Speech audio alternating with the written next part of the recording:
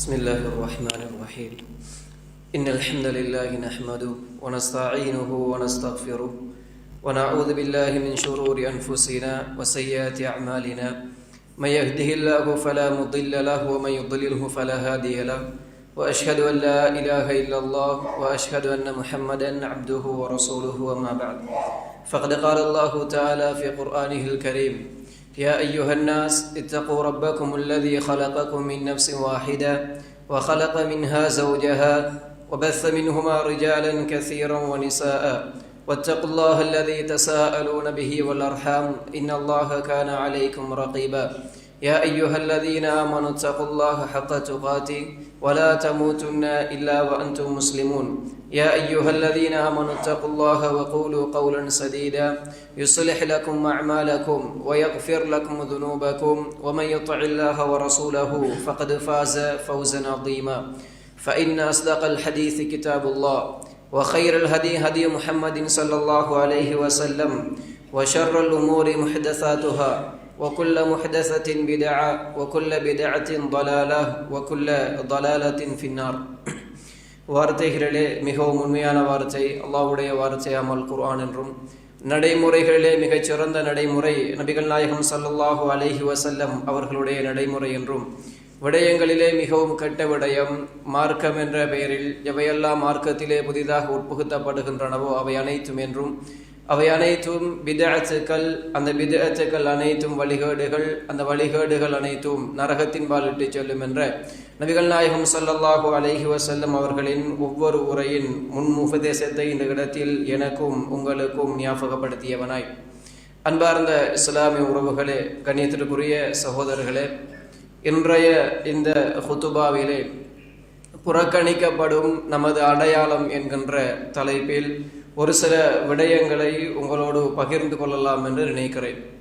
அன்பார்ந்த இஸ்லாமிய உறவுகளே, கண்ணியத்திற்குரிய சகோதரர்களே, இந்த செய்தியை, இந்த தலைப்பை நாங்கள் பார்ப்பதற்கு முன்னால் ஒரு முக்கியமான விடயத்தை நாம் எல்லோரும் புரிந்து கொள்ள வேண்டும். என்னவென்றால், சுமார் 1500 வருடங்களுக்கு முன்னால் எமக்கு தெரியும், அல்லாஹ்வுடைய தூதர் ஸல்லல்லாஹு அலைஹி வஸல்லம் அவர்கள் இந்த உலகத்திற்கு தூதுவராக தெரிவு செய்யப்பட்டு இஸ்லாமிய மார்க்கம் என்கிற ஒரு உன்னத மார்க்கத்தை இந்த உலகத்திற்கு என்ன செய்தார்கள், வழங்கினார்கள். அல்லாஹ் அல் குர்ஆனை வஹியாக அனுப்பி அல்லாஹ்வுடைய தூதரை தேர்வு செய்து ஒரு அழகிய, கண்ணியமிக்க, சிறப்புமிக்க சமூக உருவாக்கத்தை அல்லாஹ்வுடைய தூதர் இந்த உலகத்திலே மேற்கொண்டார்கள்.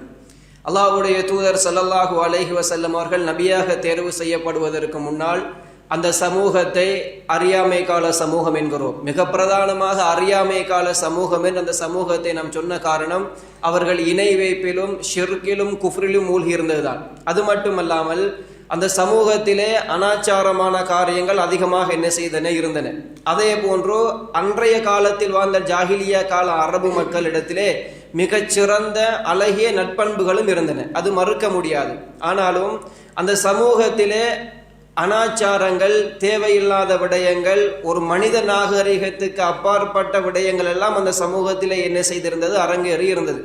அல்லாஹ்வுடைய தூதர் ஸல்லல்லாஹு அலைஹி வஸல்லம் அவர்கள் அந்த சமூகத்திற்கு வந்து அல்லாஹ்வுடைய தூதர் அந்த மக்களுக்கு இஸ்லாம் என்கிற அந்த அழகிய மார்க்கத்தை சொல்லிக் கொடுக்கிறார்கள். அந்த இஸ்லாம் என்கிற அழகிய மார்க்கத்தை அந்த ஒட்டுமொத்த சமூகத்தில் ஒரு பகுதியினர் தங்களின் அடையாளமாக என்ன செய்கிறார்கள், எடுத்துக்கொள்கிறார்கள். இஸ்லாம் தான் நமக்கான அடையாளம், இந்த உலகத்தில் ஒரு மனிதன் வாழ்வதற்கு தேவையான ஒரு மூச்சு என்று கூட சொல்லலாம், இஸ்லாம் தான் என்கிற அந்த உணர்வை புரிந்து கொண்ட சஹாபாக்கள், அந்த சஹாபிய சமூகம் இஸ்லாமிய மார்க்கத்தை தன் வாழ்க்கையின் ஒட்டுமொத்த அடையாளமாக என்ன செய்கிறார்கள், எடுத்துக்கொள்கிறார்கள்.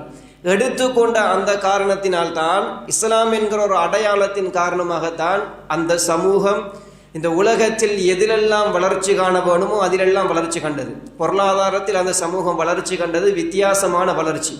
அந்த சமூகம் அதே போன்ற நற்குணங்கள் வளர்ச்சி அடைந்தது. இந்த சமூகத்தில் அப்படிப்பட்ட நற்குணங்கள் தேடித்தான் என்ன செய்ய வேண்டும், எடுக்க வேண்டும். அந்த சமூகம் மறுமை நோக்கி ஒரு அழகிய பயணத்தை மேற்கொண்டது. ஒரு வித்தியாசமான, இந்த உலகமே பார்த்து ஆச்சரியப்படக்கூடிய அளவிற்கான ஒரு மாற்றத்தையும், ஒரு சிறப்பையும், ஒரு கண்ணியத்தையும் அந்த மக்கள் இஸ்லாம் என்கிற ஒரு அடையாளத்தின் மூலமாக என்ன செய்தார்கள், பெற்றுக்கொண்டார்கள். யாரும் மறுக்க முடியாது. கல்வி, பொருளாதாரம், ஒழுக்கம், நல்ல மாண்புகள் என்று எல்லாவற்றிலும் அந்த சமூகம் பேசப்படுகின்ற சமூகமாக அல்லாஹு தஆலா அல் குர்ஆனிலே அல்லாஹ்வை பொருந்தி கொண்ட சமூகம் என்று வர்ணித்து சொல்லக்கூடிய அளவிற்கு அந்த சமூகம் என்ன செய்தது? முன்னேற்றம் கண்டது. காரணம் என்ன தெரியுமா? அந்த சமூகம் தங்களின் அடையாளமாக இஸ்லாம் என்கின்ற அந்த மார்க்கத்தை என்ன செய்தது? எடுத்துக்கொண்டதுதான் என்கிற பகுதியை முதலாவதாக நாங்கள் என்ன செய்து கொள்ள வேண்டும், விளங்கிக் கொள்ள வேண்டும். எனவே புரிதல், ஒரு முஸ்லிம் சமூகத்தின் அடையாளமும் அந்த முஸ்லிம் சமூகத்தின் பண்பாடும் ஒரு முஸ்லிம் சமூகத்தின் கலாச்சாரமும் என்னவென்றால் இஸ்லாம் தான். இஸ்லாத்தை தவிர்த்த வேறு எந்த ஒன்றும் ஒரு முஸ்லிம் சமூகத்திற்கு இருந்துவிட முடியாது. அல்லாஹ் சுப்ஹானஹு வ தஆலா சூரத்து நிசாவுடைய 139வது வசனத்திலே சொல்கிறான், அயப்தகூன இன்தஹுமுல் இஸ்ஸா, அவர்களிடத்தில் அவர்கள் கண்ணியத்தை தேடுகிறார்களா? ஃபஇன்னல் இஸ்ஸத லில்லாஹி ஜமீஆ, நிச்சயமாக கண்ணியங்கள் அனைத்தும் அல்லாஹ்விற்குரியது. அல்லாஹ்விற்குரிய கண்ணியம் தான் இந்த உலகத்தில் முஸ்லிம்களுக்கான கண்ணியம். அல்லாஹு தஆலா எதில் கண்ணியம் என்று சொல்லி இருக்கிறானோ அதில் தான் இந்த ஒட்டுமொத்த முஸ்லிம் சமூகத்திற்கும் இஸ்லாமிய சமூகத்திற்கும் கண்ணியமும் சிறப்பும் இருக்கிறது. அயப்தகூன இன்தஹுமுல் இஸ்ஸா, அவர்களிடத்தில் அவர்கள் கண்ணியத்தை தேடுகிறார்களா? ஃபஇன்னல் இஸ்ஸத லில்லாஹி ஜமீஆ, எல்லா கண்ணியமும் அல்லாஹ்விற்குரியதான், அறிந்து கொள்ளுங்கள் நிச்சயமாக என்கிற செய்தியை அல்லாஹு தஆலா சூரா அன்-நிசாவிலே சொல்கிறான். அதே போன்று பிரபலமான ஒரு கூற்று தான் நாங்கள் எல்லோரும் அறிந்த கூற்று. உமர் இப்னு ஹத்தாப் ரலியல்லாஹு அன்ஹு அவர்கள் சொன்னார்கள், நஹ்னு கௌமுன் அஅஸ்ஸனல்லாஹு பில் இஸ்லாம். அதிக தடவை கேட்டிருப்பீர்கள். நாங்கள் ஒரு சமூகம். எப்படிப்பட்ட சமூகம் தெரியுமா? அஅஸ்ஸனல்லாஹு பில் இஸ்லாம், இஸ்லாத்தின் மூலமாக அல்லாஹு தஆலா எங்களை கண்ணியப்படுத்தினானே அப்படி ஒரு சமூகம். இந்த சமூகத்திற்கு கண்ணியமும் சிறப்பும் இஸ்லாத்தின் மூலமாகத்தான். நாங்கள் வாழ்ந்த வாழ்க்கைக்கும் சிறப்பு மிக்க ஒரு சமூகமாக நாங்கள் வாழ்கிறோம் என்றால் இந்த சமூகத்திற்கான கண்ணியம் அல்லாஹ் இஸ்லாத்தின் மூலமாக எங்களுக்கு தந்தான், வேறு எது மூலமாகவும் தரவில்லை. தொடர்ச்சியாக சொல்லுகிறார்கள், வமஹ்மா இப்தகைனல் இஸ்ஸத ஃபீ கைரி, இஸ்லாம் அல்லாத வேறு எந்த விடயத்திலாவது இந்த உலகத்தில் நீங்கள் கண்ணியத்தை தேடினால் ஃபகத் அதல்லனல்லாஹு, நிச்சயமாக அல்லாஹு தஆலா எங்களை இழிவுபடுத்தி விடுவான். கண்ணியம் சிறப்பு இஸ்லாத்தில் தான் இருக்கிறது. அதன் மூலமாகத்தான் முஸ்லிம் சமூகம் என்ன செய்தது? தொன்று தொட்டு கண்ணியப்படுத்தப்பட்டு வருகிறது. இஸ்லாம் தவிர்த்து நீங்கள் வேறு எதிலாவது உங்கள் அடையாளமாக எடுத்துக்கொண்டு கண்ணியம் சிறப்பு இருக்கிறது என்று தேடினால் நிச்சயமாக அல்லாஹு தஆலா அந்த சமூகத்தை என்ன செய்து விடுவான்? இழிவுபடுத்தி விடுவான் என்கிற செய்தியை உமர் இப்னு ஹத்தாப் ரலியல்லாஹு அன்ஹு அவர்கள் சொன்னதை என்ன செய்யலாம் பார்க்கலாம். இது ஒரு முன்னுரையாக உள்ளத்தில் வைத்துக் கொள்ளுங்கள். ஒரு முஸ்லிமுக்கான அடையாளம் இஸ்லாம் தான். இஸ்லாம் தவிர்த்த வேறு அடையாளம் இந்த உலகத்தில் இல்லை, வேறு எதிலும் அவனுக்கு கண்ணியம் இல்லை என்கிற செய்தியை புரிந்து கொள்ளுங்கள். அன்பார்ந்த இஸ்லாமிய உறவுகளே, இப்பொழுது முஸ்லிம் சமூகத்திலே இப்படிப்பட்ட ஒரு அடையாளம், இஸ்லாம் என்கிற அடையாளத்தோடு முஸ்லிம் சமூகம் வாழ்கிறதா என்று கேட்டால், அல்லாஹ் அருள் பாலித்தவர்களை, அல்லாஹ் ரஹ்மத் செய்தவர்களை தவிர இல்லாமல் ரஹிம் அல்லாஹ், ஒரு பெரும்பான்மையான சமூகம் என்ன செய்கிறது என்று சொன்னால் இஸ்லாத்தை விட்டும் தூரமான ஒரு வாழ்க்கை தான் என்ன செய்து கொண்டிருக்கிறது, வாழ்ந்து கொண்டிருக்கிறது. இஸ்லாத்தை அடையாளமாக எடுத்துக்கொள்ளாத, இஸ்லாத்தை தூரமாக வைத்து விட்டு வாழக்கூடிய ஒரு வாழ்க்கை தான் என்ன செய்கிறது நம் சமூகத்தில் இருந்து கொண்டு இருக்கிறது. இதற்கான காரணம் என்ன தெரியுமா? நிறைய காரணங்களை அடுக்கி கொண்டே சொல்லலாம். உதாரணத்துக்கு ஒரு காரணம் சொன்னால், இந்த உலகத்தை மனிதன் புரிந்து கொண்ட விதம் இஸ்லாத்தை விட்டும் என்ன செய்தது? மனிதனை தூரமாக்கியது. இந்த உலக வாழ்க்கையை முஸ்லிம் சமூகம் புரிந்து கொண்ட விதம் இருக்கிறது அல்லவா? இந்த உலகத்தின் மீதான ஆசையும் அதன் மீதான பற்றும் அதன் மீதான மோகமும் மனித உள்ளத்தில் மிகைத்து விட்டதால் இஸ்லாம் என்கிற அடையாளம் தூரமாக என்ன செய்யப்படுகிறது? வைக்கப்படுகிறது. அது மனித இயல்பு, உலக மோகத்தில் வாழ்வது.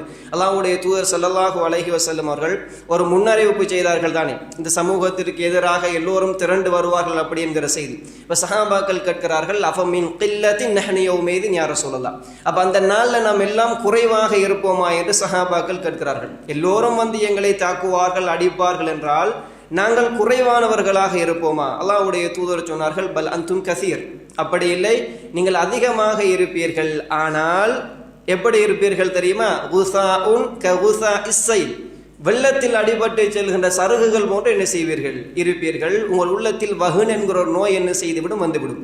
சஹாபாக்கள் கேட்கிறார்கள், வமல் வஹ்னு யா ரசூலல்லாஹ், வஹ்ன் என்றால் என்ன?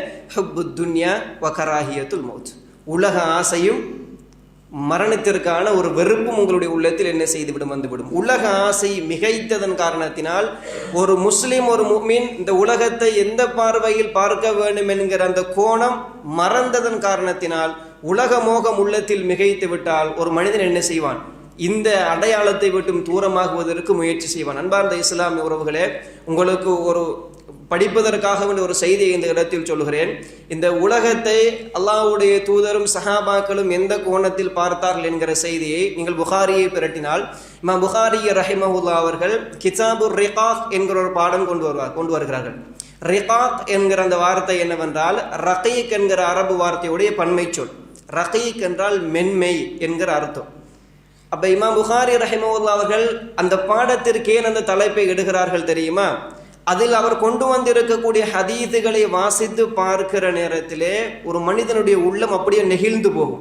அப்படிப்பட்ட மனித உள்ளத்தை மென்மைப்படுத்தக்கூடிய அளவிற்கு மிக நெகிழ்வூட்டுகிற ஹதீதுகளை இமாம் புகாரி ரஹிமஹுல்லா அவர்கள் அந்த பாடத்திற்கு கீழால் கொண்டு வந்திருக்கிறார்கள். அந்த பாடத்திலே இமாம் புகாரி ரஹிமஹுல்லா அவர்கள் உள்ளால் ஒரு பாபிட்டு என்ன செய்கிறார்கள், ஒரு தலைப்பிடுகிறார்கள்.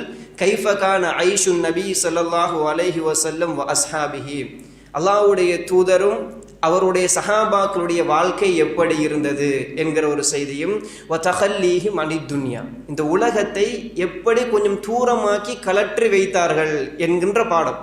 இதில் இமாம் புகாரி ரஹிமஹுல்லா அவர்கள் சில ஹதீதுகளை கொண்டு வருகிறார்கள். 81வது பாடம் 17வது பாபது. அதை எடுத்து நீங்கள் வாசித்து பாருங்கள்.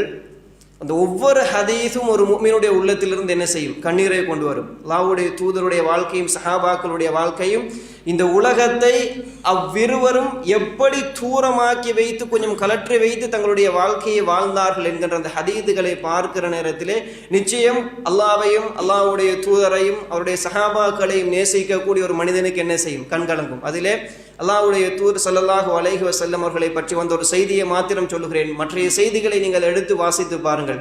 அல்லாஹ்வுடைய தூதர் ஸல்லல்லாஹு அலைஹி வஸல்லம் அவர்களை பற்றி ஆயிஷா ரலியல்லாஹு அன்ஹா அவர்கள் சொல்கிறார்கள், உலகத்தை அல்லாஹ்வுடைய தூதர் எப்படி கையாண்டார்கள் தெரியுமா? ஆயிஷா ரலியல்லாஹு அன்ஹா அவர்கள் சொல்கிறார்கள், மா ஷபிஅ ஆலு முஹம்மதின் ஸல்லல்லாஹு அலைஹி வஸல்லம் முன்து கதிமல் மதீனா மின் தஆமி புர்ரின் ஸலாஸ லயாலின் திபா ஹத்தா குபில். ஹதீஸை பாருங்கள். நாங்கள் மதீனாவிற்கு வந்ததிலிருந்து, மக்காவில் கிடையாது. மக்காவில் சொன்னால் ஒரு வகைக்கு நியாயம் சொல்லலாம். மக்காவிலே நெருக்கடிகள், கஷ்டங்கள், அதனால் இது கிடைக்கவில்லை என்கிற ஒரு காரணம் சொல்லலாம். மதீனாவிற்கு நாங்கள் வந்ததற்கு பின்னால் ஆயிஷா ரலியல்லாஹு அன்ஹா அவர்கள் சொல்கிறார்கள், முஹம்மதுடைய குடும்பம் ஸல்லல்லாஹு அலைஹி வஸல்லம் 3 நாள் தொடர்ச்சியாக கோதுமை என்ன செய்ததில்லை, வயிறார உண்றது கிடையாது. ஹத்தா குபில், அல்லாஹ்வுடைய தூதர் மரணிக்கும் வரைக்கும் மதீனாவில் வாழ்கின்ற காலத்தில் ஒட்டுமொத்த ஆட்சி அதிகாரத்தை அமைத்து ஒரு நாடாக வாழ்கிற நேரத்தில் கூட அல்லாஹ்வுடைய தூதர் ஸல்லல்லாஹு அலைஹி வஸல்லம் உலகத்தை என்ன செய்தார்கள், இப்படி ஒரு பகுதியில் தான் வைத்திருந்தார்கள். அல்லாஹ்வுடைய தூதர் ஸல்லல்லாஹு அலைஹி வஸல்லம் கேட்ட பிரார்த்தனையும் வருகிறது, அல்லாஹும்ம ருஸுக் ஆல முஹம்மதின் கூத்தா, முஹம்மதுடைய குடும்பத்திற்கு உணவை கொடுத்து விடு. கூத் என்பது ஒரு நாளிற்கான உணவு. முஹம்மதுடைய சமூகத்துக்கு ஒரு நாளிற்கா, முஹம்மதுடைய குடும்பத்திற்கு ஒரு நாளிற்கான உணவை கொடுத்து விடு யா அல்லாஹ் என்று அல்லாஹ்விடத்தில் அல்லாஹ்வுடைய தூதர் பிரார்த்தனை செய்கின்ற அளவிற்கு அல்லாஹ்வுடைய தூதர் இந்த உலகத்தை தன் தலையில் தூக்கி வைக்காமல், உலக மோகத்தில் வாழாமல் மறுமைக்கான ஒரு வழியாக என்ன செய்தார்கள், வைத்து கொண்டார்கள். அதே பாடத்தில் தான் அல்லாஹ்வுடைய தூதர் ஒரு பைத்தாக, ஒரு கவிதையாக படித்தார்கள், அல்லாஹும்ம லா ஐஷ இல்லா ஐஷுல் ஆஹிரா, அறிந்து கொள்ளுங்கள், மறுமை வாழ்க்கையை தவிர வேறு எந்த ஒரு வாழ்க்கையும் இந்த உலகத்தில் கிடையாது. உலகத்தில் வாழ்கிற வாழ்க்கையாக இருந்தாலும் ஒரு முஃமின் அதையும் மறுமைக்கான வாழ்க்கையாகத்தான் பயன்படுத்துவான். மறுமையை தவிர உண்மையான வாழ்க்கை எங்கும் கிடையாது என்கிற செய்தி அல்லாஹ்வுடைய தூதர் சொன்னார்கள். இந்த பகுதி நம் சமூகத்திலே உலகத்திலான மோகம், உலக சந்தோஷத்திலான மோகம் எங்களுடைய உள்ளத்தில் ஆழ பதிந்ததால் நாம் என்ன செய்கிறோம், இஸ்லாமிய அடையாளத்தை தூரப்படுத்துகிறோம். இன்னொரு செய்தி என்ன தெரியுமா? மிக முக்கியமான ஒரு பகுதி என்னவென்றால், நாம் சில விடயங்களுக்கு, உலகத்தில் செய்யக்கூடிய எல்லா விடயங்களுக்கும், நாம் மேற்கொள்கிற நடவடிக்கைகள் எல்லாவற்றிற்கும் நாம ஒரு வட்டத்தையும் ஒரு வரைவிலக்கணத்தையும் கொடுத்து வைத்திருப்போம். ஒரு விளக்கத்தையும் ஒரு புரிதலையும் ஒரு வரைவிலக்கணத்தையும் கொடுத்து வைத்திருப்போம். நம் சிந்தனையும் அந்த வட்டத்திற்குள் தான் நம் சமூகம் என்ன செய்து கொண்டிருக்கும், பயணித்து கொண்டிருக்கும். நான் சொல்லுகிறேன், உதாரணத்திற்கு சொன்னால், எது வாழ்க்கை என்று கேட்டால் நாம் ஒரு வாழ்க்கை வடிவமைப்பு என்ன செய்யும், உள்ளத்தில் வைத்திருப்போம். எது தொழில் என்று கேட்டால் இதான் தொழில் என்கின்ற ஒரு வரைவிலக்கணம் நம் எல்லோருடைய உள்ளத்திலும் என்ன செய்யும், இருக்கும். அதே போன்று எது கல்வி என்று கேட்டால் நாம் எல்லோரும் உள்ளத்திலே ஒன்றை என்ன செய்திருப்போம், வைத்திருப்போம். எது பண்பாடு என்று கேட்டால் நம்மிடத்தில் ஒரு பண்பாடு என்றால் இப்படித்தான் இருக்க வேண்டும் என்று வரைவிலக்கணம் இருக்கும்.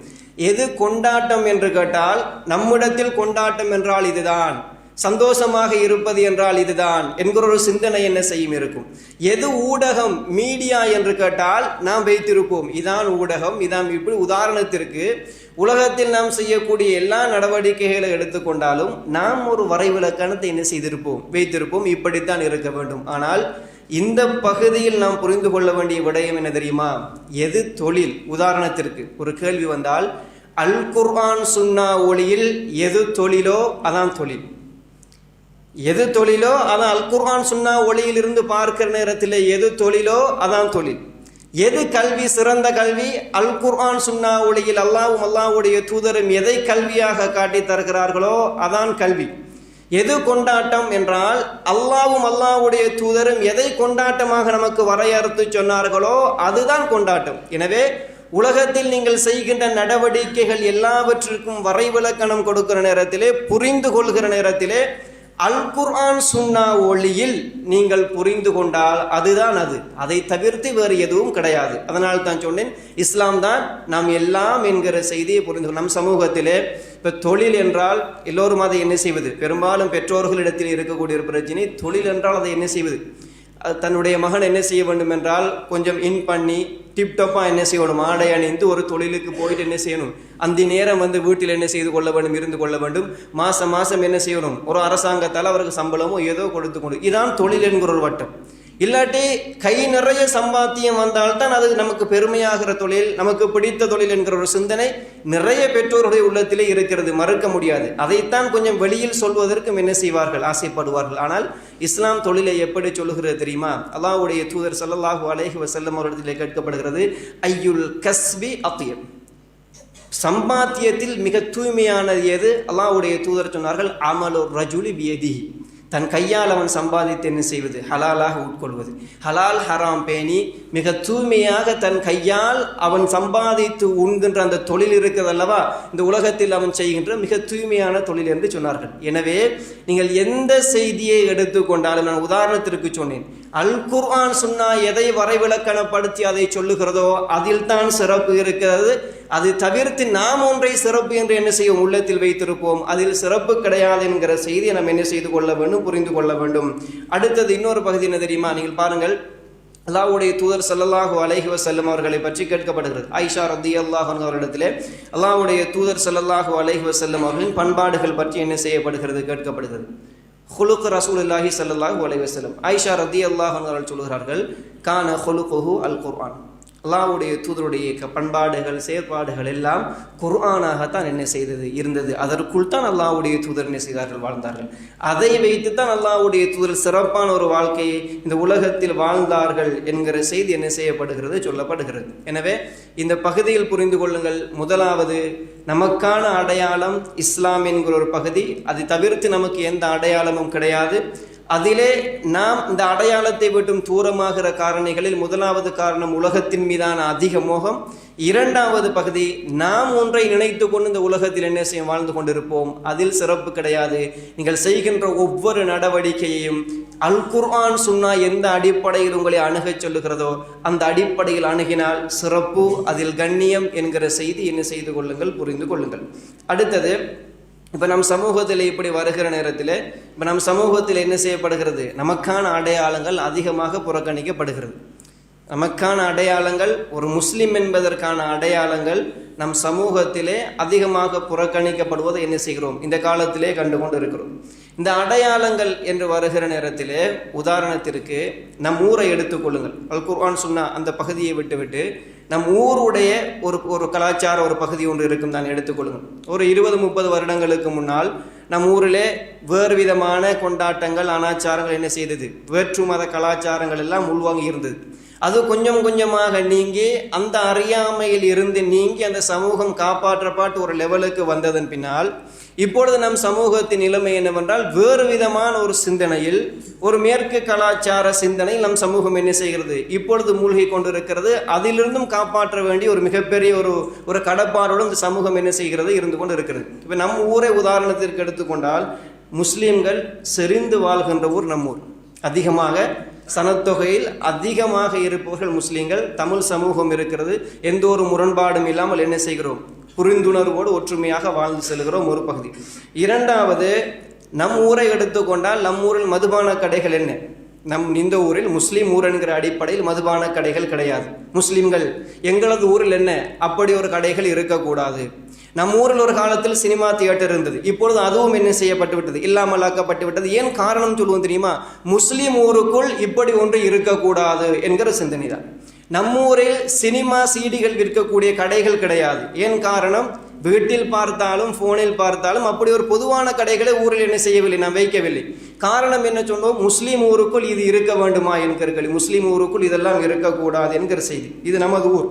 அதே போல் நம் ஊரை எடுத்துக்கொண்டால் சுமாராக 40 பள்ளிவாசல்கள் என்ன செய்கிறது? 40 பள்ளிவாசல்கள் சுமாராக எல்லா கொள்கை சார்ந்த பள்ளிவாசலும் கிட்டத்தட்ட 40 பள்ளிவாசல்கள் நம் சமூகத்தில் இருக்கிறது.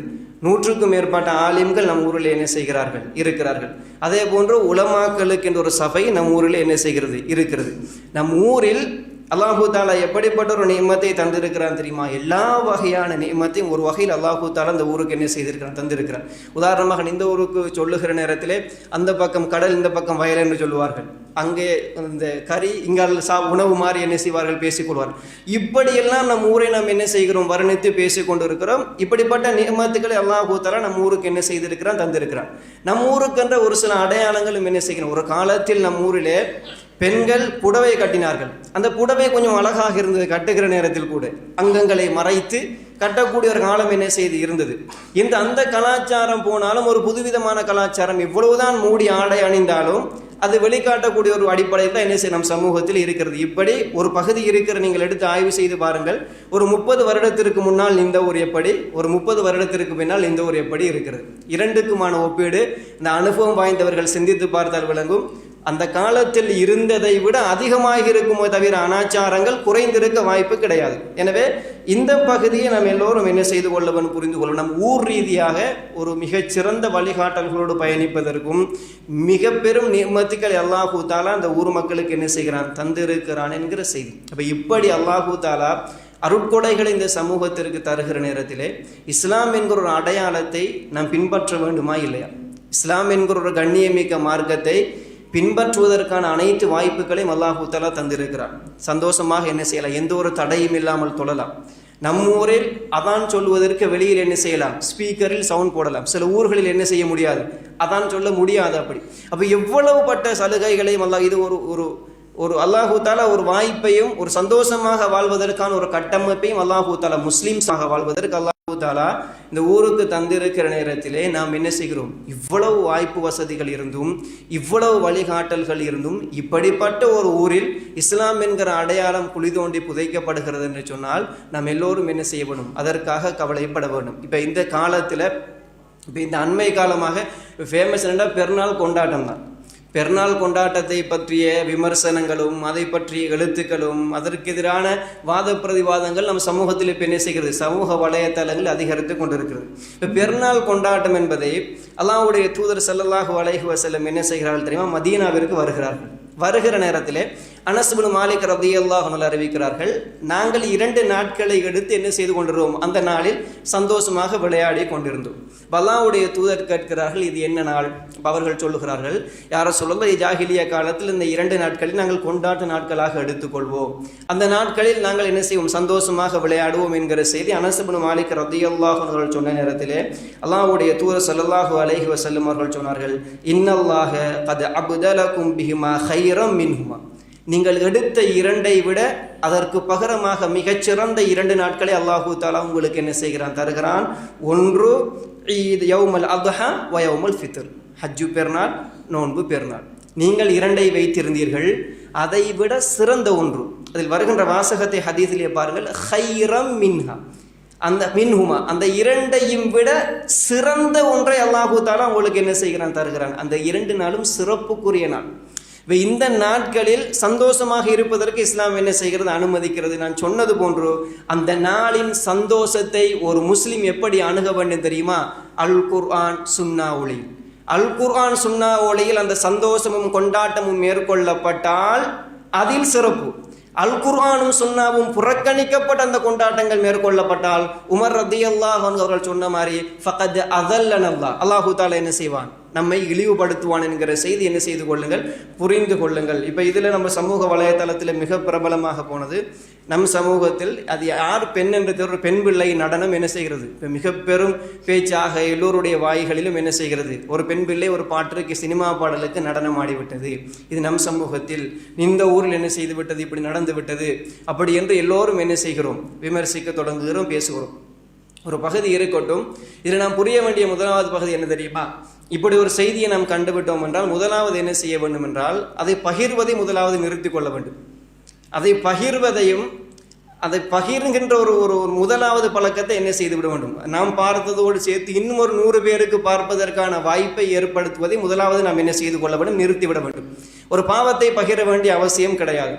இரண்டாவது ஒரு பகுதி என்ன தெரியுமா, முதல் இந்த செய்திகளை பார்க்கிற நேரத்திலே நமக்கு கோபம் வரும், ஒரு உணர்ச்சி கொந்தளிப்பு வரும், இல்லாத வார்த்தைகளை சொல்லி சில நேரம் என்ன செய்வோம், ஏசுவோம், இதெல்லாம் செய்வோம். ஆனால் நாம் செய்ய வேண்டிய கடமை முதலாவது என்ன தெரியுமா, முதல் அல்லாஹ்விற்கு நன்றி செலுத்துங்கள். இப்படிப்பட்ட ஒரு செய்தியில் என்னையும் என் சந்ததியும் அல்லாஹு தாலா என்ன செய்யவில்லை, ஈடுபடுத்த வைக்கவில்லை. என்னையும் என் வீட்டில் உள்ள பெண் குழந்தைகளையும் என் வீட்டில் உள்ள ஆண் குழந்தைகளையும் இப்படிப்பட்ட ஒரு செய்தியிலிருந்து அல்லாஹு தாலா பாதுகாத்தான், அவனுக்கு எல்லா புகழும் என்று அல்லாஹ்விற்கு நன்றி செலுத்துங்கள். இரண்டாவது ஒரு செய்தி, அதுவும் பிரார்த்தனையாக செய்யுங்கள், இதற்கு பின்னால் வாழ்கிற காலத்தில் கூட இப்படிப்பட்ட சோதனை என் சந்ததிக்கு என்ன செய்து விடாதே, கொடுத்து விடாதே என்று பிரார்த்தனை செய்யுங்கள். மூன்றாவது, அந்த குறிப்பிட்ட நபர் இருக்கிறார் தானே, அந்த அந்த பாவச் செயலை செய்தவர் என்று வைத்து அல்லாஹ் மன்னிக்க வேண்டும், அப்படிப்பட்ட அந்த பெண்ணுக்காக வேண்டி பிரார்த்தனை, அந்த நபருக்காக வேண்டி, குறித்த நபருக்காக வேண்டி பிரார்த்தனை செய்யுங்கள். இந்த பகுதிகள் நம்மிடத்தில் வருவதில்லை. இந்த மூன்றையும் தூக்கி ஒரு ஓரம் வைத்துவிட்டு நாம் எழுதுவதும் அதை பற்றி அதிகமாக விமர்சிப்பதும் அந்த பெண் பிள்ளைக்கு என்ன செய்வது போட்டு ஏசுவதும், அது செய்தது சரியென்று நியாயம் காண வரவில்லை, பிள்ளைதான். ஆனால் அந்த பிள்ளையை நாம் எப்படி அணுக வேண்டும் தெரியுமா, நாம் முதல் பிரார்த்தனை செய்வோம், அல்லாஹு தாலா அந்த பெண்ணுக்கு என்ன செய்யட்டும், சிறப்பான ஒரு வழியை காட்டட்டும் என்கிற பிரார்த்தனை என்ன செய்து கொள்ளுங்கள். ஏன் தெரியுமா, அல்லாஹ்வுடைய தூதர் ஸல்லல்லாஹு அலைஹி வஸல்லம் அவர்கள் சொன்ன ஒரு செய்தி சஹீல் புகாரியிலே பதிவு செய்யப்பட்டிருக்கிறது. அப்துல்லாஹ் இப்னு மஸ்ஊத் ரலியல்லாஹு அன்ஹு அவர்கள் சொல்கிறார்கள், அல்லாஹ்வுடைய தூதரை பார்ப்பது போன்று எனக்கு இருக்கிறது. அல்லாஹ்வுடைய தூதர் இந்த செய்தியை சொல்லுகிற நேரத்திலே பின்னால் தான் அப்துல்லாஹ் இப்னு மஸ்ஊத் ரலியல்லாஹு அன்ஹு சொன்னார்கள், சொல்லுகிற நேரத்தில் சொன்னார்கள், இன்னும் அல்லாஹ்வுடைய தூதரின் கண்ணுக்குள் அதை சொல்லுகிற நேரத்தில் அப்படி அல்லாஹ்வுடைய தூதரை பார்ப்பது போன்று இருக்கிறது. அல்லாஹ்வுடைய தூதர் ஒரு நபியை பற்றி சொன்னார்கள். அந்த நபிக்கு அந்த நபியுடைய சமூகம் என்ன செய்தார்கள், அடித்தார்கள். அடித்து அந்த நபியுடைய முகத்தில் இரத்தம் என்ன செய்கிறது, வடிகிறது. அந்த நபி தன் முகத்தில் உள்ள இரத்தத்தை கையால் துடைத்து கொண்டு சொல்கிறார், அல்லாஹும்ம ஃபிர் லி கௌமி ஃபஇன்னஹும் லா யஅலமூன், யா அல்லாஹ் என் கூட்டத்தின் பாவத்தை மன்னித்து விடு, அவர்கள் அறியாமல் செய்து விட்டார்கள்.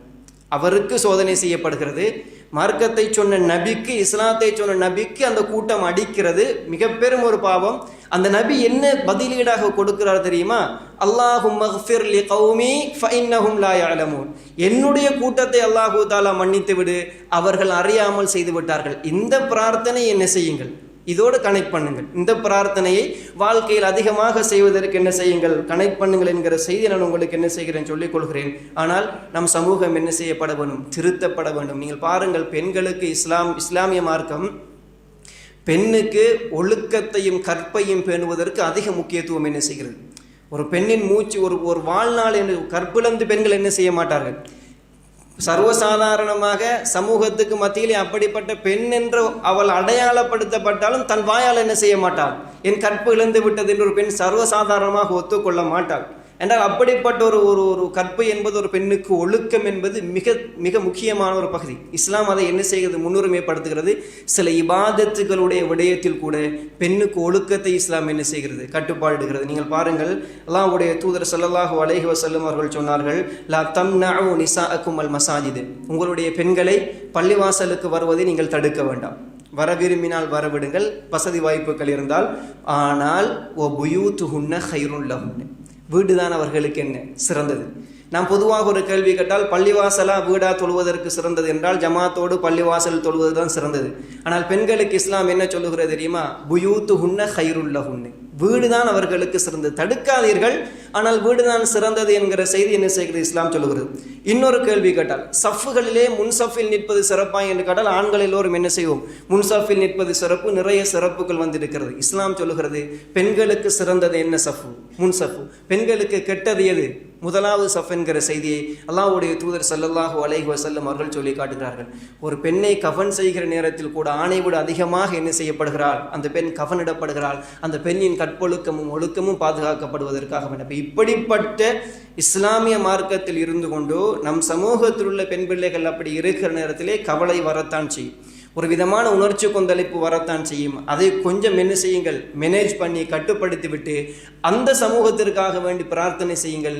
இதை நம் சமூகத்திலிருந்து எப்படி அகற்றுவது என்பதற்கான அழகான முயற்சிகளை என்ன செய்யுங்கள், மேற்கொள்வதற்கு நீங்கள் நம் முயற்சிக்க வேண்டும் என்கிற செய்தி இந்த இடத்தில் சொல்கிறேன். ஒரு செய்தி இந்த பெண்களுடைய விஷயம் என்று வருகிற நேரத்தில் இன்றைய சமூகத்தில் இருக்கக்கூடிய முஸ்லிம் பெண்ணுக்கும் தான் எந்த பெண் பிள்ளை விமர்சிக்கப்படுகிறதோ அந்த பெண்ணுக்கும் சேர்த்து தான். இதை பார்க்க கிடைத்தால் அல்லாஹு தஆலா அந்த பெண்ணுக்கு திருந்துவதற்கான வாய்ப்பை கொடுக்க வேண்டும் என்கிற பிரார்த்தனையோடு ஃபாத்திமா ரலியல்லாஹு அன்ஹா அவர்கள் மரணிக்கிற நேரம் பக்கத்தில் அஸ்மா பின் உமைஸ் ரலியல்லாஹு அன்ஹா அவர்கள் உட்கார்ந்து கொண்டு ஹபஷாவிற்கு அவர்களை ஹிஜ்ரத்து சென்ற நேரத்தில் நடந்த செய்திகளை எல்லாம் ஃபாத்திமா ரலியல்லாஹு அன்ஹா அவரிடத்தில் சொல்லிக் கொண்டு இருக்கிறார்கள். இவர்கள் பேசிக்கொண்டே இருக்கிறார்கள். ஃபாத்திமா ரலியல்லாஹு அன்ஹா அவர்கள் என்ன இவர்களை கவனிப்பதாக கிடையாது, ஏதோ ஒரு சிந்தனையில் இருக்கிறார்கள். இப்போ அஸ்மா பின் உமைஸ் ரலியல்லாஹு அன்ஹா அவர்கள் சொல்கிறார்கள், யா ஃபாத்திமா மாலி உஹத்திஸுக ஃபலா தஸ்மஈலி, எனக்கு என்ன நடந்துச்சு, நான் உன்னோட பேசிட்டு இருக்கிறேன், நீ என்ன செய்கிறாய், எனக்கு செவி மடுக்காம வேற ஏதோ சிந்திச்சுட்டு இருக்கிறாய் அப்படின்னு கேட்கிறாங்க. ஃபாத்திமா ரலியல்லாஹு அன்ஹா சொல்கிறார்கள், உத்ரன் யா அஸ்மா லாக்கின் நீ குந்து உஃபக்கிரு, மன்னித்துக்கொள் அஸ்மாவே, நான் சிந்தித்து கொண்டிருக்கிறேன் என்கிறார்கள். இப்போ என்ன சிந்தனை தெரியுமா? அஸ்மா ரலியல்லாஹு அன்ஹா அவர்களை பார்த்து சொல்கிறார்கள், இன்னி உஃபக்கிரு ஃபீ நஃப்ஸி கதன் இதா அன மித்து, நாளை நான் மரணித்து விட்டால் எப்படி இருப்பேன் என்று நான் சிந்தித்து கொண்டிருக்கிறேன். நான் மரணிக்க போகிறேன், மரணிக்கிற அந்த காலகட்டம், நாளை நான் மரணித்தால் எப்படி இருப்பேன் என்கிற செய்தியை சிந்தித்து கொண்டிருக்கிறேன். அஸ்மாவே, என்ன சிந்தனை தெரியுமா? அவர் சொல்லுகிறார்கள், இன்னி ல அஸ்தஹி, நான் வெட்கப்படுகிறேன், நிச்சயமாக நான் வெட்கப்படுகிறேன், அன் உஹ்ரஜ இன்த ரிஜாலி ஃபீ புத்ஹின் நஹாரி லைஸ அலைய இல்லல் கஃபன், நாளை நான் மரணித்ததன் பின்னால் பட்டப்பகலில் ஆண்களுக்கு மத்தியில் என்னை வைத்து எடுத்து செல்வார்கள். அந்த நேரத்தில் என் உடலில் கஃன் புடவையை தவிர வேறு எந்த ஒரு ஆடையும் இருக்க மாட்டாவே. அப்படிப்பட்ட நிலையில் ஆண்களுக்கு மத்தியில் பட்டப்பகலில் என்னை தூக்கி செல்வார்களே, இதை நினைத்து நான் என்ன செய்கிறேன், அல்லாஹ்வின் மீது ஆணையாக வைக்கப்படுகிறேன். இது ஃபாத்திமா என்கிற இஸ்லாமிய மார்க்கம், இஸ்லாத்தின் அடையாளத்தை பெற்றுக்கொண்டு வாழ்ந்த ஒரு பெண்மணியின் வாழ்க்கை இதைவிட வேறு என்று மரணித்ததற்கு பின்னால் என்ன நடக்கிறது என்று தெரியாது. அப்படிப்பட்ட ஒரு நேரத்தில் கூட கஃன் புடவையோடு ஆண்கள் என்னை பார்த்து விடக்கூடாது என்கிற வெட்க உணர்வோடும் பத்தினித்தனத்தோடும் வாழ்ந்த ஒரு சமூகத்தின் வாரிசுகளாக பரம்பரையாக இஸ்லாத்தின் அடையாளத்தோடு நாம் வாழ வேண்டிய சமூகம் இப்படி இருக்கிறது என்று சொன்னால் கவலைதான். எனவே சிந்தித்துக் கொள்ளுங்கள். ஃபாத்திமா ரலியல்லாஹு அன்ஹா அவர்கள் இதற்கு பின்னால் அஸ்மா பின் உமைஸ் சொல்லுகிறார்கள், ஃபாத்திமாவை ஹபஷாவில் நான் ஒன்று பார்த்தேன், நம்மூரில் இல்லாதது போன்று ஹபஷாவில என்ன செய்வார்கள் தெரியுமா? இந்த நாஷின் மீது அந்த 4 பக்கமும் ஒரு தூண் மாதிரி, ஒரு கம்பு மாதிரி வைத்து என்ன செய்வார்கள், அதற்கு மேல் ஒரு புடவையால் மூடிக்கொள்வார்கள். அப்படி மூடி உங்களை நாளைக்கு நாங்கள் என்ன செய்கிறோம், எடுத்து செல்கிறோம் என்கிற ஒரு ஆலோசனையும் சொல்லுகிறார்கள். ஃபாத்திமா ரலியல்லாஹு அன்ஹா அவர்கள் திரும்ப திரும்ப சொல்லி கொண்டிருக்கிறார்கள், அல்லாஹும் முஸ்துர்ஹா கமா சத்தர்தனி, யா அல்லாஹ், என்னை இப்பொழுது உயிரோடு இருக்கிற ஃபாத்திமாவை எப்படி மறைத்து பாதுகாத்தாயோ, நாளை மரணிக்கின்ற அந்த ஜனாசா ஃபாத்திமா இருக்கிறாவே, அவவையும் நீ என்ன செய்துவிடு, மறைத்து பாதுகாத்து விடு என்று திரும்ப திரும்ப அந்த பிரார்த்தனை என்ன செய்தார்கள், செய்து கொண்டு இருந்தார்கள் என்கிற செய்தி என்ன செய்யப்படுகிறது, நாம் பார்க்க முடிகிறது. எனவே அடையாளம், ஒரு பெண்ணிற்கு இஸ்லாம் சொன்னதுதான் அடையாளம். இது தவிர்த்து சிறப்பு கிடையாது, சந்தோஷம் கிடையாது, கொண்டாட்டம் கிடையாது என்கிற பகுதியை நாம் புரிந்து கொள்ள வேண்டும். வஆஹிரு தஅவானா அல்ஹம்துலில்லாஹி ரப்பில் ஆலமீன்.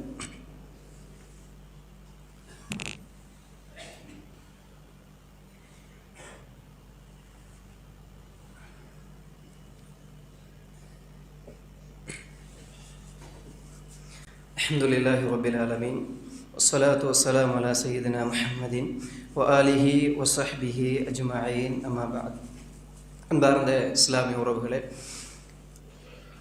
அடுத்த ஒரு செய்தியாக அல் குர்ஆன் சுன்னா எதை எங்களுக்கு ஒரு சிறிய விடயமாக இருந்தாலும் நாம் இப்படித்தான் நடக்க வேண்டும் என்று காட்டி தந்திருந்தால் நம்மால் இயன்றளவு அப்படி என்ன செய்ய வேண்டும், நாம் நடக்க வேண்டும்.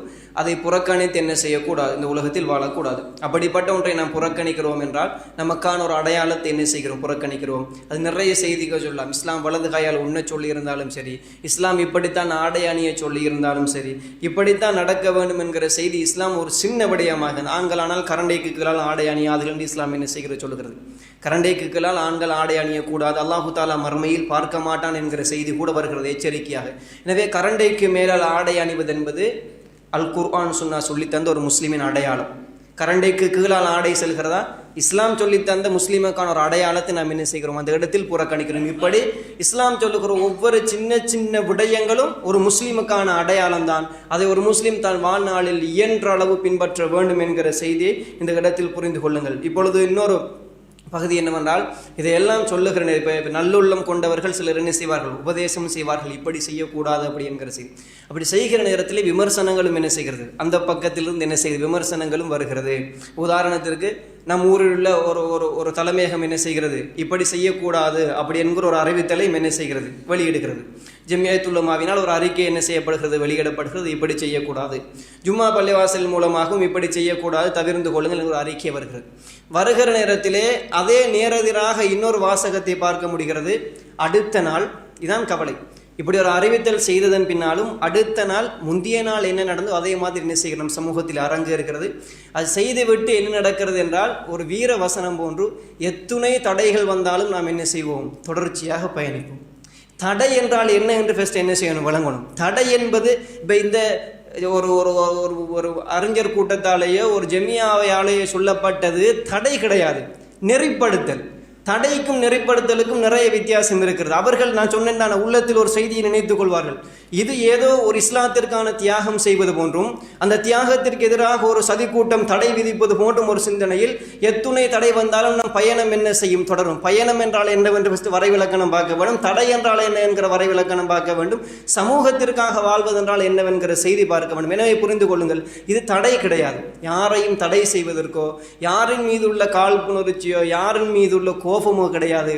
நம் சமூகத்திற்கான ஒரு அடையாளம் இருக்கிறது. அந்த அடையாளத்தின்பால் நாம் என்ன செய்ய வேண்டும், பயணிக்க வேண்டும் என்கிற செய்தியை புரிந்து கொள்ளுங்கள். ஏன் தெரியுமா, நான் ஆரம்பத்தில் சொன்னேன், இப்படியெல்லாம் அல்லாஹு தாலா நிஅமத்தை தந்திருக்கிறானே, இது எல்லாம் மறந்து ஒரு சமூகம் நம் ஊரிலே நான் வாழ்கிறது என்று சொன்னால் 2 குர்ஆனிய வசனங்களை சொல்கிறேன். இந்த வசனத்துக்கு நாம் பயப்பட வேண்டும். அல்லாஹு தாலா சூரா நஹ்லுடைய 112வது வசனத்தில் சொல்கிறான், வதரபல்லாஹு மஸலன் கர்யத்தன் கானத் ஆமினத்தன் முத்மஇன்னத்தன் யஅதீஹா ரிஸ்குஹா மின் குல்லி மகானி ரகதன் மின் குல்லி மகானி.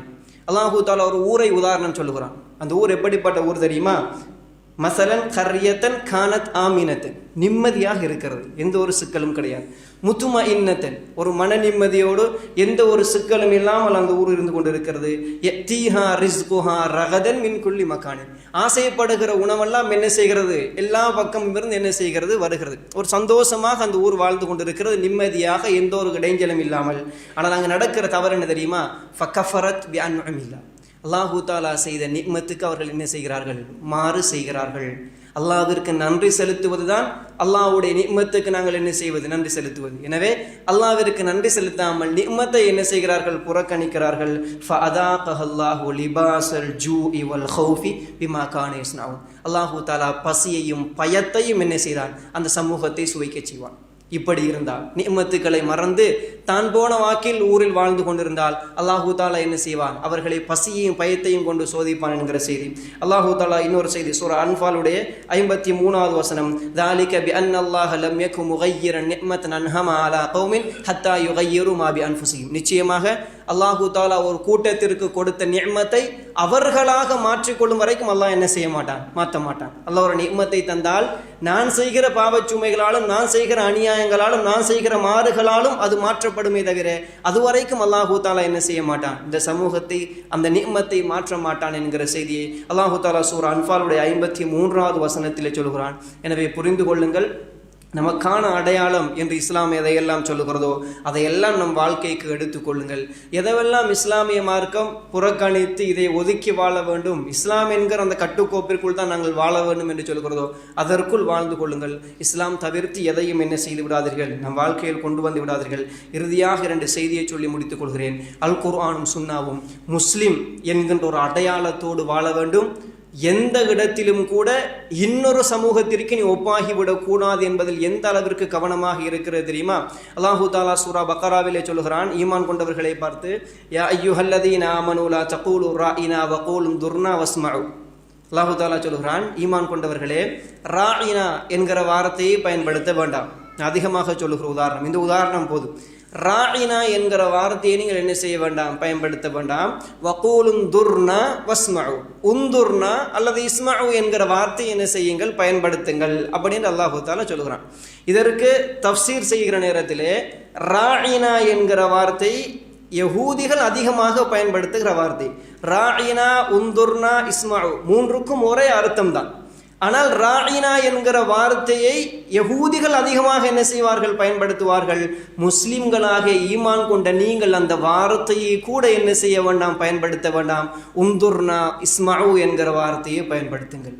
வார்த்தையில் கூட ஒரே அர்த்தமுள்ள வார்த்தையில் கூட அந்த சமூகம் அதிகமாக பயன்படுத்துகிறது. அந்த சமூகத்திற்கு நீங்கள் ஒப்பாகி விடுவீர்கள். எனவே என்ன செய்து விடாதீர்கள், அந்த வார்த்தையை கூட பயன்படுத்தி விடாதீர்கள். இப்னு அப்பாஸ் ரலியல்லாஹு அன்ஹு அவர்கள் சொல்கிறார்கள், உஹில்ல லகும் ஸைதுல் பஹரி வ தஆமுஹு என்கிற அல் குர்ஆனிய வசனத்துக்கு கடலில் வேட்டையாடப்பட்டதும் கடல் உணவும் உங்களுக்கு ஹலால் ஆக்கப்பட்டது என்கிற அல் குர்ஆனிய வசனத்துக்கு தஃப்சீர் செய்கிற நேரத்திலே இப்னு அப்பாஸ் ரலியல்லாஹு அன்ஹு அவர்கள் சொல்கிறார்கள், வ தஆமுஹு என்று வரக்கூடிய அந்த கடல் உணவுக்கு என்ன அர்த்தம் தெரியுமா? எதுவெல்லாம் கடலில் செத்ததோ, மைத்தத்துஹு கடலில் செத்தவைகள் என்ன நமக்கு ஹலால் ஆக்கப்பட்டது. கடலில் எதுவெல்லாம் செத்ததோ அதுவெல்லாம் நமக்கு என்ன, கடல் உணவு. அதில் இருந்து இந்த துர்வாடை அசிங்கமாக அது அவிஞ்சு போகாமல் இருந்து அதை என்ன செய்யலாம், சாப்பிடலாம் என்று சொல்லிவிட்டு சொல்லுவார். வல் ஜெர்யு, கடலில் ஜெர்இ என்கிற ஒரு மீன் இருக்கிறது. லா தக்குருல் யஹூது வ நஹ்னு நக்குலுஹு, யஹூதிகள் அந்த மீனை சாப்பிட மாட்டார்கள், நாங்கள் என்ன செய்வோம், அந்த மீனை விரும்பி சாப்பிடுவோம் என்கிறார்கள். யஹூதிகள் அந்த சாப்பாட்டை கூட புறக்கணித்தால் நாம் அந்த சாப்பாடை என்ன செய்வோம், விரும்பி உண்போம். அல்லாஹ்வுடைய தூதர் இஸ்லாமிய சமூகம் என்பது தனியாக ஒரு தனித்துவமான சமூகமாக வாழ வேண்டும், இஸ்லாத்தின் அடையாளமும் கண்ணியத்தோடும் வாழ வேண்டும் என்பதற்கு நிறைய ஹதீத்துகளையும் குர்ஆனிய வசனங்களையும் சொல்லலாம். இஸ்லாம் நீ உனக்கான ஒரு அடையாளம் இருக்கிறது, அப்படி வாழ்ந்து கொள். இது தவிர்த்து வேறு அடையாளங்கள் என்ன செய்து விடாதே, மாட்டுப்பட்டு விடாதே என்று இஸ்லாம் அவ்வளவு என்ன செய்கிறது, வலியுறுத்தி சொல்லுகிற நிறைய செய்திகளை பார்க்கலாம். மீண்டும் சொல்கிறேன், நமக்கான அடையாளத்தை என்ன செய்து கொள்ளுங்கள், எடுத்துக்கொள்ளுங்கள். அதற்கு அதிகமாக என்ன செய்ய வேண்டும், இஸ்லாம் என்ன சொல்லுகிறது என்கிற கல்வி நம் சமூகத்திற்கு கொடுக்கப்பட வேண்டும். அல்லாஹ்வுடைய தூதர் ஸல்லல்லாஹு அலைஹி வஸல்லம் அவர்கள் சொன்னார்கள், மாமின் மௌலூதின் இல்லா யூலது அல் ஃபித்ரா, இந்த உலகத்தில் பிறக்கின்ற குழந்தை ஃபித்ராவில் தான் பிறக்கிறது, இஸ்லாத்தை ஏற்கிற இயல்பு நிலையில் தான் பிறக்கிறது. ஃபஅபவாஹு யுஹவிரானிஹி அவ் யுனஸ்ஸிரானிஹி அவ் யுமஜ்ஜிசானிஹி, தந்தை பெற்றோர்கள் தான் என்ன செய்கிறார்கள், யகூதிகளாக நஸ்ரானிகளாக நெருப்பு வணங்கிகளாக மாற்றி விடுகிறார்கள். ஆனால் ஒரு முஸ்லிம் தாய்க்கும் தந்தைக்கும் பிறந்த பிள்ளைக்கு கூட இஸ்லாம் என்னவென்றால் சொல்லிக் கொடுத்து என்ன செய்ய வேண்டும், வளர்க்க வேண்டும். இஸ்லாம் என்றால் என்னவென்று சொல்லிக் கொடுக்க